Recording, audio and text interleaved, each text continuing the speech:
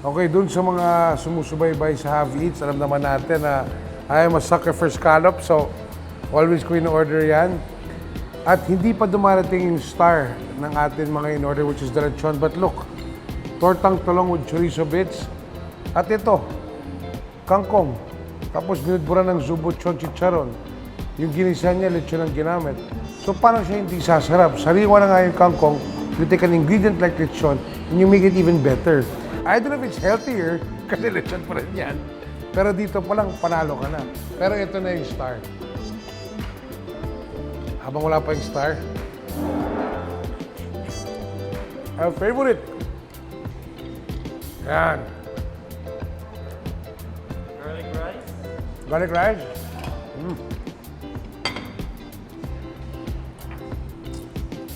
Lechon fried rice. As if lechon is not enough, lechon fried rice is the way to go. Our special dessert. Zubuchon. There's the original Zubuchon specialty. And para sa aming Bombay, dito mo ilagay yan. Spicy yan eh. Our spicy zubuchon.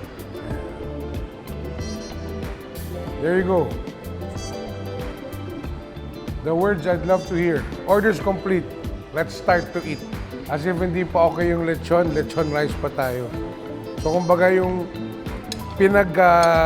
sangag ng kanin na to, yung taba na galing sa lechon.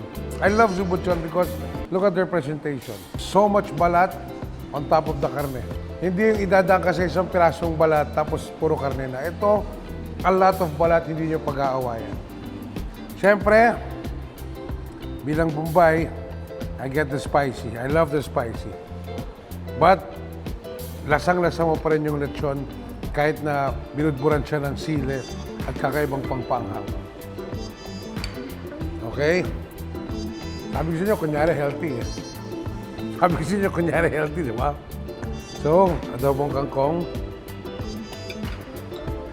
And then,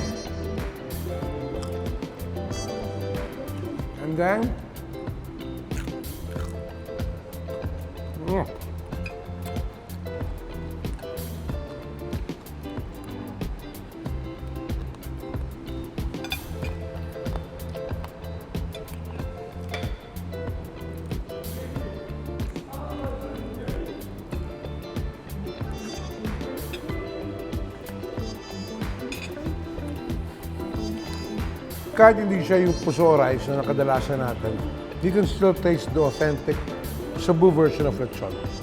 Alam nyo, hindi naman siya nag-uunahan, but Cebu is already known for lechon. And rightfully so, kasi masarap naman talaga sila mag-lechon dito. Hindi kailangan ng sarsa. Yung lechon alone, it's perfectly spiced, perfectly salty, okay yung pagkaluto. Kung paano, kung bakit, hindi ko alam.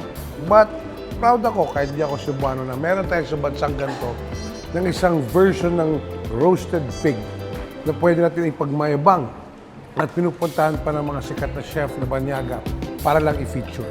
Isa yan dito sa makikita natin pag pumunta tayo sa Zubuchon. Kakaiba yung lasa ng lechon. It's so good, it's so pure in taste. Ito, spicy lang. Ito, saktong-sakto lang. And then yung mga potahe pa nila, kung pwede lang umorder ng munggo with chicharon and lechon, I would. Pero medyo baka singilin ako ng gout ko. Kaya ito muna in-order natin. At ito pa lang, sobrang solid na. So, sobrang solid, sobrang panalo na. Kaya every time you're in Cebu, either you're coming or going to, dumaan po kayo ng Zubuchon. Marami silang branches dito. And I'm sure, either as the last meal before going home or the first meal when you arrive, hindi kayo madidisappoint kasi sobrang malinamnam ang lasa ng lechon nila.